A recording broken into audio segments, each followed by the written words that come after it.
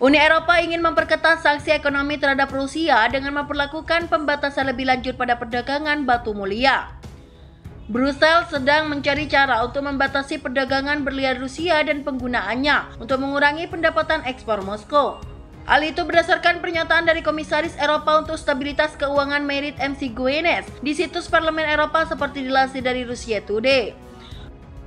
Komentar itu muncul sebagai tanggapan atas pertanyaan dari MEP Thomas Deszkowski yang mengklaim bahwa sebagian besar permata yang belum dipotong diekspor melalui jalur UE dan di seluruh dunia.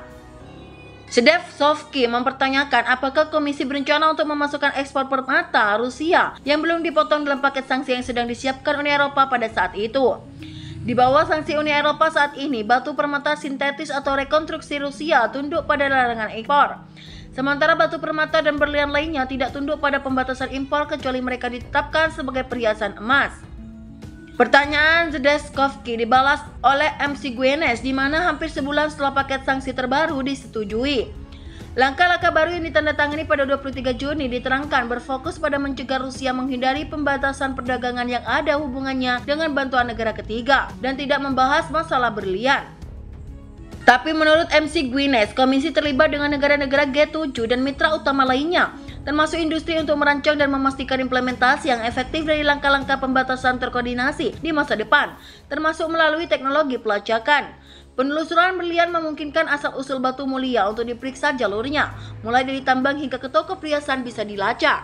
Setiap keputusan untuk memperpanjang atau mengubah langkah-langkah pembatasan yang ada pada impor dari Rusia harus dibuat oleh Dewan dengan suara bulat, tambahnya. Di sisi lain, Moskow mengatakan pada bulan Mei bahwa jika Uni Eropa memberikan sanksi kepada berlian Rusia, ia akan menemukan pembeli di tempat lain. Inggris telah mengumumkan larangan terhadap berlian Rusia sebagai langkah memperketat sanksi atas perang Rusia di Ukraina. Negara-negara kaya yang bergabung dalam G7 juga berniat memblokir ekspor Rusia ketika mereka mencoba membatasi uang tunai yang mengalir ke mesin perang Rusia. Lantas yang menjadi pertanyaan adalah seberapa efektif skema ini dan mungkinkah ada konsekuensi yang tidak diinginkan?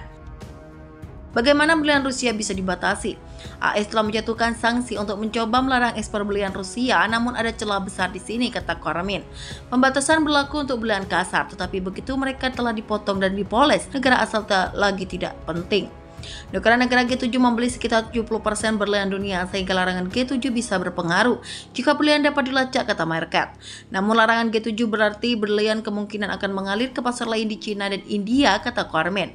Dibanding menelusuri berlian akan lebih mudah untuk membatasi aliran itu. Presiden Joe Biden mengumumkan sanksi baru Amerika Serikat terhadap Rusia.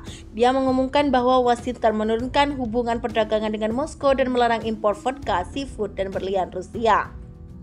Amerika Serikat dan sekutu serta mitra AS terus sejalan untuk meningkatkan tekanan ekonomi pada Presiden Rusia, Vladimir Putin, dan untuk lebih mengisolasi Rusia di panggung global, kata Biden dalam pengumumannya dari Gedung Putih yang disiarkan di televisi. Biden juga melarang AS mengimpor produk-produk khas Rusia, termasuk seafood, vodka, dan berlian. Gedung Putih mengatakan langkah ini akan memutus pendapatan ekspor Rusia lebih dari $1 miliar. Dan AS akan terus menekan Putin untuk menolak kemampuan Rusia meminjam dari lembaga internasional terkemuka seperti Dana Moneter Internasional dan Bank Dunia, kata Biden seperti dikutip dari CNBC.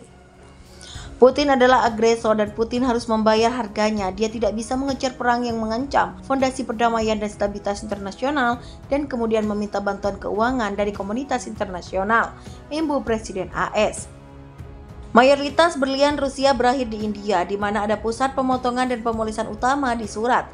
Bisnis berlian yang lebih kecil di kota itu telah menderita sebagian karena larangan AS. Di Afrika, operasi penambangan lokal diuntungkan setelah sanksi AS memukul ekspor Rusia. Namun banyak produsen pertambangan Afrika tidak siap untuk dimasukkan ke dalam skema keterlacakan, kata Merkel, dan dapat dikecualikan jika ada yang dibawa masuk. Di Angola, Alrosa, Rusia memiliki saham yang signifikan dalam pertambangan dan pengetaan. Sanksi dapat memukul perusahaan lokal. Untuk Eropa, terlacakan harus kedap ilmiah dan internasional, kata Tom News, kepala hubungan media antar web World Demand Center. Jika tidak, Eropa berisiko kehilangan $40 miliar dalam perdagangan berlian setiap tahun, beralih ke tempat-tempat yang tidak memiliki kerangka kerja untuk menangani pencucian uang dan terorisme. Dia menambahkan bahwa sanksi Inggris tidak akan berdampak pada penjualan berlian Rusia karena Inggris mewakili kurang dari 1% dari perdagangan berlian global. Seorang juru bicara pemerintah Inggris mengatakan akan bekerja dengan mitra utama untuk membantu membatasi perdagangan berlian Rusia, termasuk melalui teknologi penelusuran. Seberapa penting ekspor berlian bagi Rusia? Tercatat perdagangan berlian Rusia bernilai sekitar 4 miliar dolar per tahun, setara 59,3 triliun rupiah, di mana hanya sebagian kecil dari keseluruhan ekspornya. Sebelum invasi ke Ukraina, total ekspor Rusia mencapai 489,8 miliar dolar pada tahun 2021. Menurut Bank Sentral, dengan kontribusi minyak dan gas mencapai 240,7 miliar US dollar. Namun demikian, Rusia adalah eksportir berlian terbesar di dunia berdasarkan volume yang kemudian baru diikuti oleh negara-negara Afrika. Sebuah perusahaan milik negara bernama Alrosa mendominasi penambangan berlian Rusia dan penambang hampir sepertiga berlian dunia pada tahun 2021. Keuntungan dari Alrosa memang mengalir ke mesin perang Kremlin. Menurut Hans Market, seorang peneliti di layanan informasi perdamaian internasional, tetapi semua itu sama sekali tidak sepenting minyak dan gas. Pembelian berlian Rusia menurut data UN Comtrade pada 2021 diantaranya adalah Belgia, Uni Emirat Arab, India hingga Israel dan beberapa negara lainnya.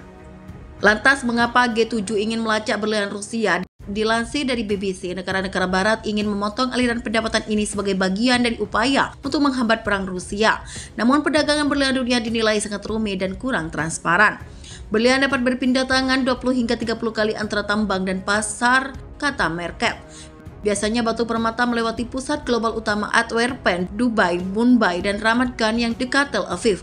Pedagang menilai batu untuk berat, warna, kejelasan, dan potongan dengan pedagang yang berbeda mencari atribut yang berlainan. Mereka kemudian mengambil batu permata yang tersisa, mencampurnya dan menjualnya, dan prosesnya diulang. Pedagang dan perusahaan menjaga di mata mereka mendapatkan berlian mereka itu adalah saus rahasia mereka, menurut Tobias Kormen, Direktur Pelaksana Perhiasan Online 77 Diamond. Tetapi para pemain industri utama dapat membatasi perdagangan berlian Rusia jika mereka bersatu, katanya.